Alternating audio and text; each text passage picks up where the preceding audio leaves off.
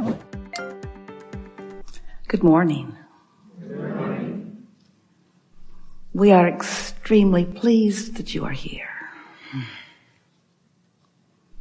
It is good to come together for the purpose of co-creating. Do you agree? Yes. You're knowing what you're wanting? Yes. You come for fun? Yes. Clarity? Yes. To hear? To express? To understand? To tune in to the frequency of who you are? That's the most significant thing that happens in an environment like this. There is a tuning process that takes place. You just can't be a part of a conversation like this for a little while without your frequency tuning to that frequency of your source. It's really a wonderful thing, isn't it? You are so much more than these physical bodies, and some of you are beginning to understand that. And you are vibrational beings, and that's the thing that is the most interesting when you come into awareness about that, because everything is vibrational, and you are too. And when you figure out that you are, and then through a process of thinking and feeling and thinking and feeling, you are able to tune yourself to the frequency, to the vibrational frequency of your source, then everything in your world becomes brighter. You are an extension of source energy. And when you are tuned to the frequency of source energy, then you allow that source energy to flow through you. Now, we want to say this in a clearer way because source is always flowing through you. You can't cut yourself off from that. But when you have conscious awareness of it, and when you deliberately tune yourself to that frequency, then everything's brighter.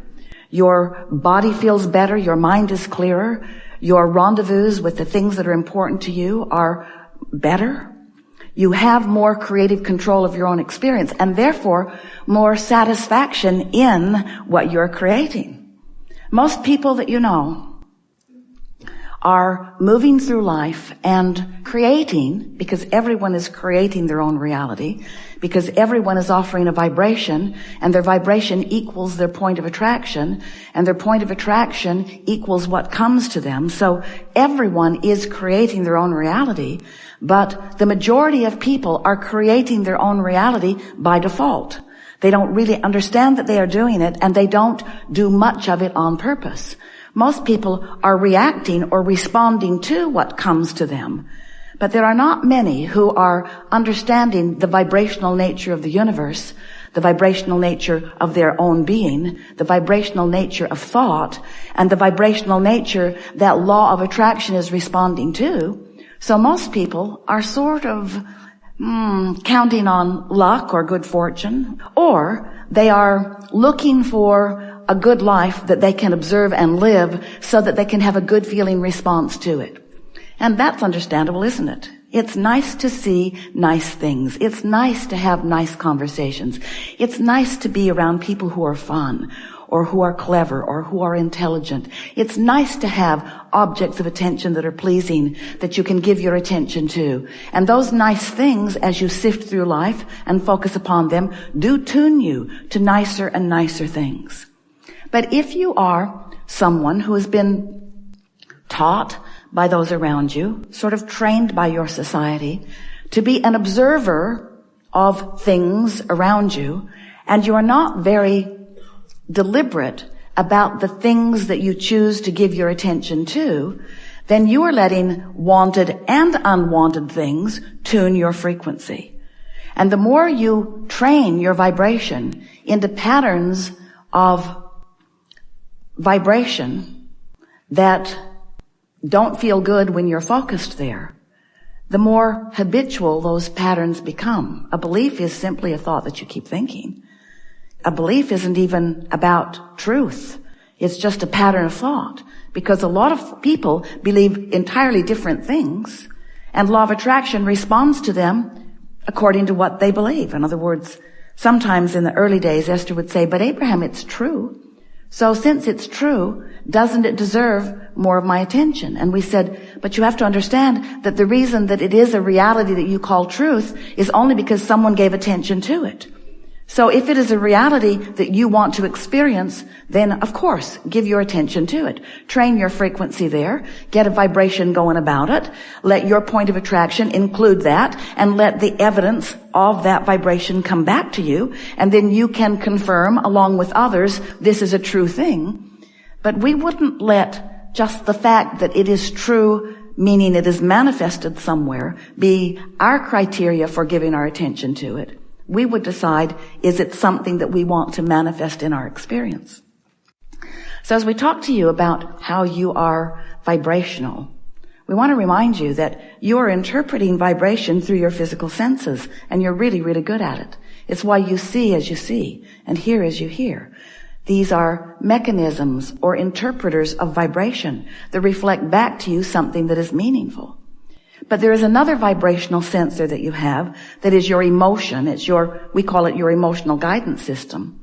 That is a wonderful reflection of two really important things. Your emotions are a reflection of what you've got going on vibrationally because of what you're talking about or thinking about, what you're remembering, what you're observing, what you're fantasizing. What's active in your mind right now is one facet of why you feel the way you feel. But the other facet is you have a source within you, an inner being, who has an opinion about the exact thing that you are focused upon. Not something else, the exact thing that you are focused upon. So when you find something in your world troubling, and you focus upon it, and you feel worry, the feeling of worry is simply, and we don't want to diminish it, but it is simply, we want you to get the concept of this. It is simply the fact of a differing opinion between what you're thinking and what the source within you is thinking right here, right now. When you find someone and you fixate on their flaws and you acknowledge their shortcomings, even if they are obvious, even if everyone you know would agree with you, as you focus upon someone and you find a reason to diminish them, you find an opposing opinion every single time from the source within you, who no matter what you think and no matter what justification you have for your disgust or disdain for that person or situation, your inner being is still loving them. Which causes some people to say, then my inner being is more crazy than I thought. Maybe my inner being needs more information. Maybe I should explain or justify why I feel this way. But the more you justify or explain why you feel that way, the worse you feel, because the more you practice the vibration that keeps you from fully allowing yourself to experience the fullness of the clarity and the love and the knowing and the vitality that is source, you see. So this guidance system is perfect. You just got to figure out how to make it work for you. And the way you make it work for you is by first acknowledging that it exists. I have an inner being who offers a frequency, and when I offer a frequency, my frequency blends or doesn't. My frequency blends or resists. I'm up to speed with who I am, or I've got resistance in my vibration and I'm not up to speed with who I am. The better I feel, the more I'm blended. The worse I feel, the more I'm not blended. The better I feel, the more I'm tuned in, tapped in, turned on to the frequency of my source. The more I am allowing myself, here now, to be an extension of source. An extension of source, a leading edge version of source, a pioneer of source, you might say, out here mixing it up, exploring the contrast, coming to new awarenesses of what you want. It's why we always ask you, do you know what you want? Do you know why you're here? Are you enjoying the expansion of your desire? These are important questions, because if you are enjoying the expansion of your desire, that means life is causing you to know about new things that you want. Because you cannot have an exposure to life without coming to new awarenesses about what you prefer. And when you come to that new awareness about what you prefer, the source within you moves fully, completely into the vibrational frequency of the fullness of what you have asked for. But sometimes our human friends, dear hearts that you are, don't realize that Source has moved there because you are still often in that justifying mode. Like you need to explain more fully that you want that because of all the reasons you don't like this. I want more money because it's so hard not to have enough. I want more money because it worries me to think about uncertainty into the future. I want more money because without it, I can't do this and I can't do this and I can't do this. And we say, without realizing it, you're not talking about more money. You're using words more money, but your vibration is focused upon the absence of the more money that you want.